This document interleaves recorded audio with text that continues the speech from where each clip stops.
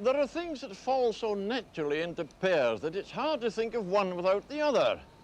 In modern times, for instance, there are mods and rockers. And whether you like it or not, cigarettes and lung cancer. And going further back, one thinks of body and soul, ham and eggs, Gilbert and Sullivan, and of something even more typically British, if that's possible, fish and chips.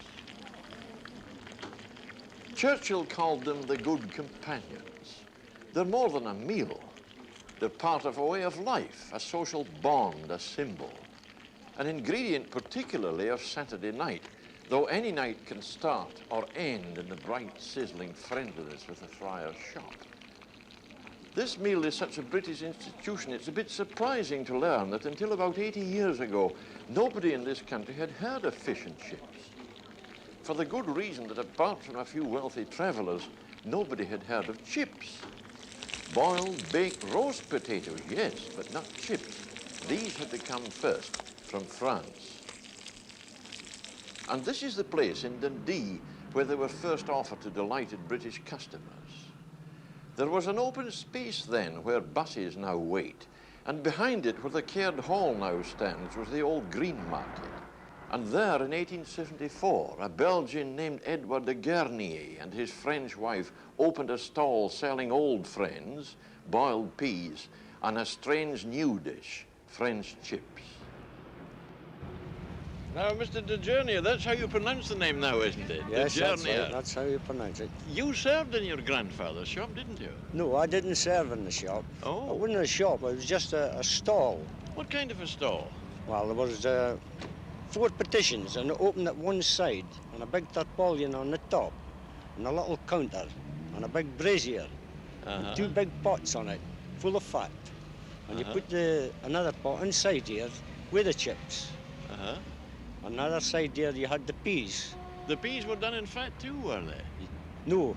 They were done in the water. Yeah. And you had the peas and the chips, which made the buster. The best? And that was the buster. What did you charge for it? There were a halfpenny and a penny and 2pence. For a mixture of peas and yes. What much did you get for a halfpenny? Oh, you got a good saucer. It was in a saucer. I got a saucer full. So they didn't take it home the way they take No, they didn't take it home. They went inside and sat on the bench and ate it there. Maybe have another one. That's the way it went, 1 or 2 or 3. Now, what was your job if you didn't serve? Well, I used to go a Friday night to wait the gasworks and get the coke on the barry and bring it right back to the Green Market. And then we used to clean the potatoes on a big tub and a broom. But you peeled them, though, didn't you? No, you didn't peel them. You just put them in there and you washed them white. They were white. And then how did you chip them? Well, they had a machine, and you just put it in, and you draw this lever right down, and that cut it up the chips, the old-fashioned hand lever, and it fell into an enamel pail. Oh, and you had to do this maybe, for hours and hours. But it was a new thing, you know. How quickly did it take on? Oh, it took on very well. It must have taken very well when it come far and near. Now, did middle-class people use the shop, patronize the shop at all? Oh, well, way back in these times, there was only one class, and that was a very poor class.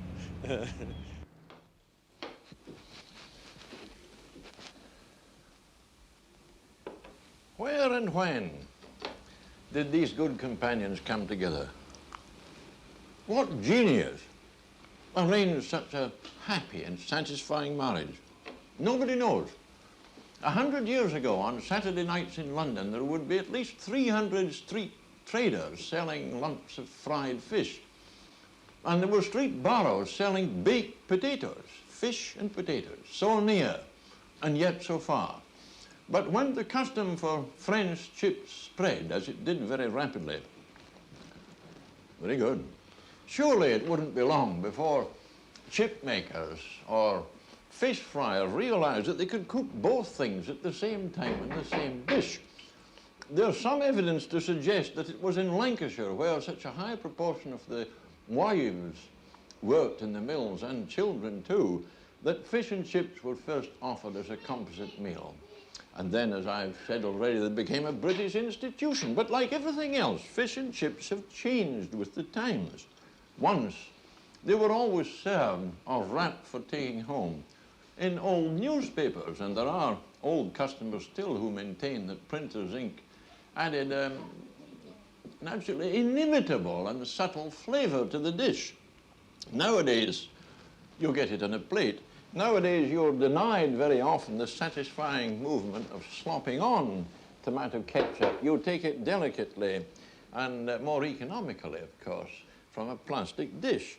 Nowadays, you don't wrap it in your favourite newspaper and take it home all fragrant for the benefit of neighbours. No, you take it home in a papier-mâché plate, and they've gone even further in the sophistication of this rugged, old, simple, austere dish.